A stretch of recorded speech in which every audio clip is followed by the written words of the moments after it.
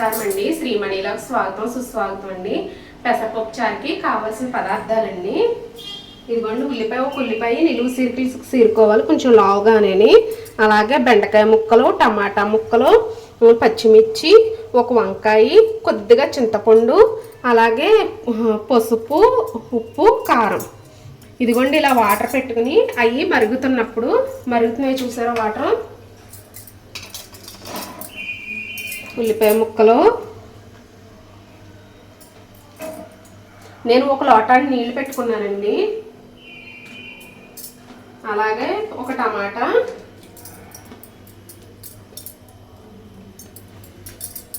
అలాగే ఒక 5 బెండకాయలు ఇలా ముక్కలుగా చేసుకుని ఉంచుకున్నాను. పచ్చిమిర్చి ఒక 5 పచ్చిమిర్చి చీర పెట్టి ఉంచుకున్నానండి.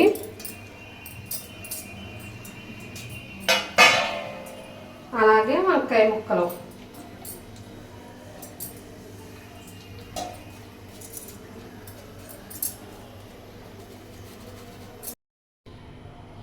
ఇదిగోండి పెసరపప్పు ఒక చిన్న గ్లాసులు తీసుకొని వేసుకుని, అంటే కొంచెమైనా బాగా ఎక్కువ అవుతుంది పెసరపప్పు అయితే. ఇదిగోండి, దీన్ని కొంచెం దోరగా వేపుకోవాలి.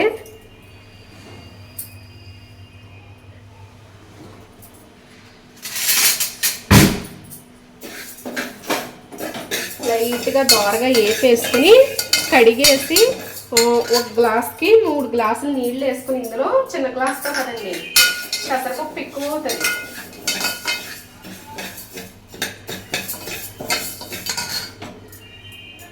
వేసుకుని ఇదిగోండి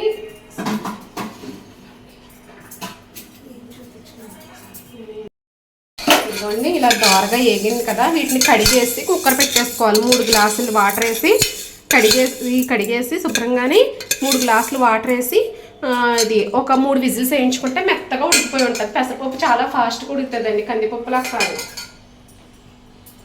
అలాగే 3 గ్లాసులు నీళ్ళు వేసి కుక్కర్ పెట్టేసుకోవాలి.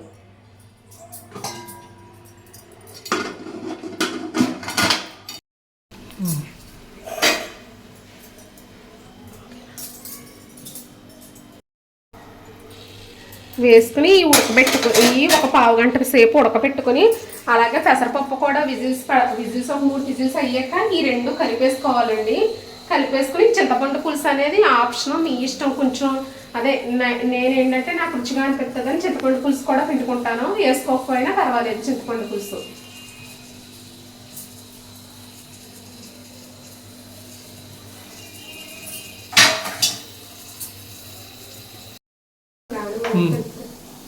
ఇవ్వండి, ఉడుకుతుంది కదా, దీన్ని ఒక్క 15 నిమిషాలు ఇలా ఉడికేటప్పుడు 15 నిమిషాలు సిమ్లో పెట్టేసి ఇది స్పీడ్లో లో ఫ్లేమ్లో ఉంచుకుంటే సరిపోతుంది.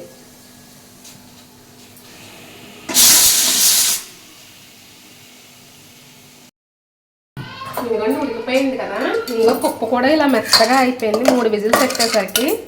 దీన్ని ఇందులో సరిపోద్ది, ఇది మార్చేసుకుందాం ఇందులోకి ముక్కలన్నీ.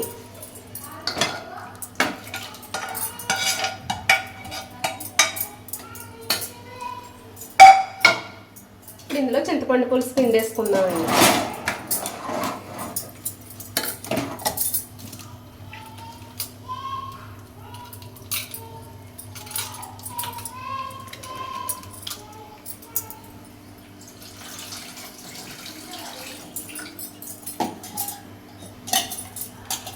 ఈ వేసవకాలం చాలా వేడిని చల్లారుస్తుందండి. అందుకే వేసవకాలం ఎక్కువగా పెసరపప్పు చారు పెట్టుకుంటారు. కొంతమంది ముక్కలు వేసుకోరు, ముక్కలు వేసుకుంటే చాలా టేస్ట్ వస్తుంది.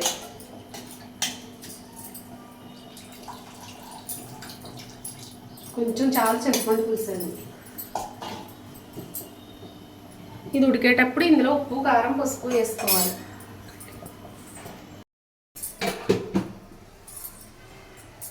ఇదిగోండి చింతపండు పులుసు వేసాక ఇలా మరుగుతుంది కదా, ఇందులో కొంచెం పసుపు,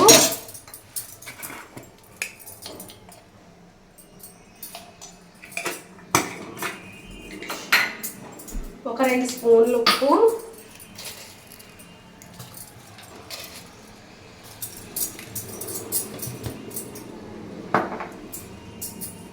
కొంచెం కారం,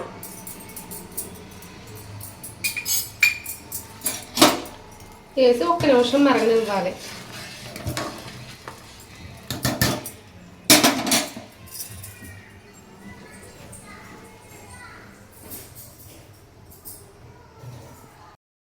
పెసరపప్పు చారుకి తాలింపు వేయాలండి. తాలింపుకి ఎల్లిపాయలు, కరివేపాకు, ఎండుమిరపకాయలు, మెంతులు, ఆవాలు, జీలకర్ర నేతితో వేస్తున్నాను. నెయ్యితో వేస్తే చాలా బాగుంటుంది. అలాగే పెరుగు మీద మేగడైనా సరే చాలా టేస్ట్ వస్తుంది. పెరుగు మీద మేగడతో వేసినా సరే.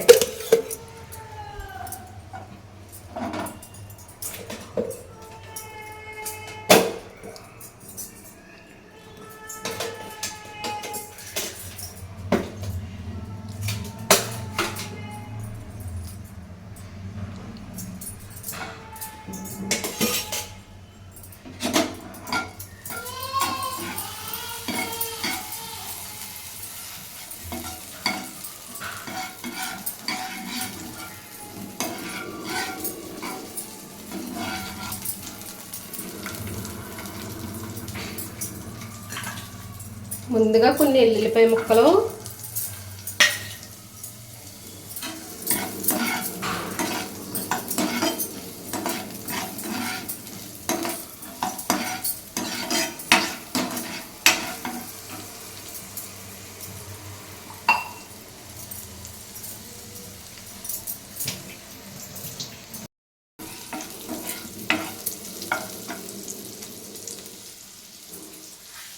కొంచెం మెంతులు,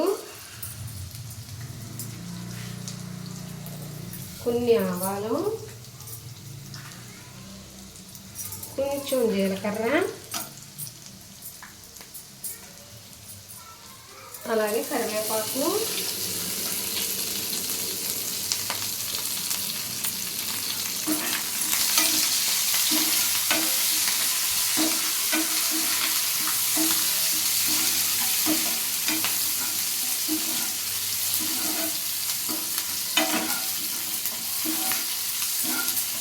వేసి బాగా ఏగనివ్వాలండి. ఇవి బాగా ఏగాక అప్పుడు ఎండుమిరపకాయలు వేసుకోవాలి. లేకపోతే ముందే వేస్తే ఎండుమిరపకాయలు నలిపొచ్చేస్తాయి. అదే మాడిపోయినట్టు అయిపోతాయి ఎండుమిరపకాయలు. ఈ సగం అయినా ఏగాలి కనీసం.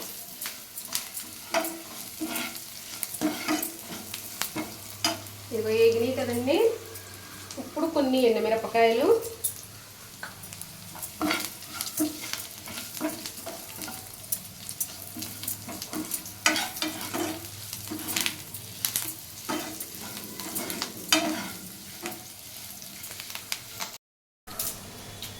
ఇదిగోండి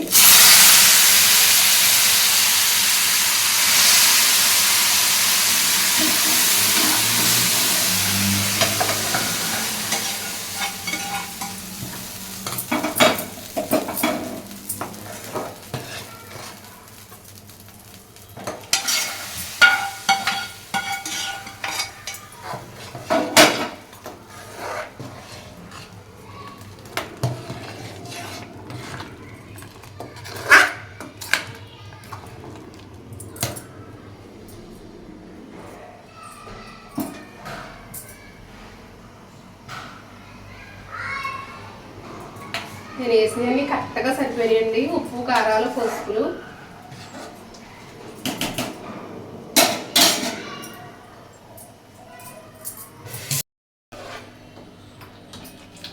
ఇదిగోండి గుమగుమలాడే పెసరపప్పు చారు రెడీ అయిపోయింది.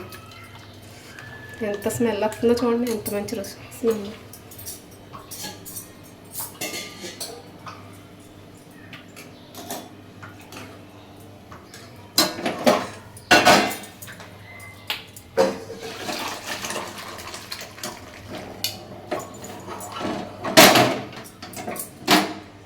ఇదిగోండి పెసరపప్పు చారు రెడీ అయింది. ప్లీజ్ సబ్స్క్రైబ్ చేయండి, షేర్ చేయండి, లైక్ చేయండి. మా వీడియో చూస్తున్న వారందరికీ ధన్యవాదాలు.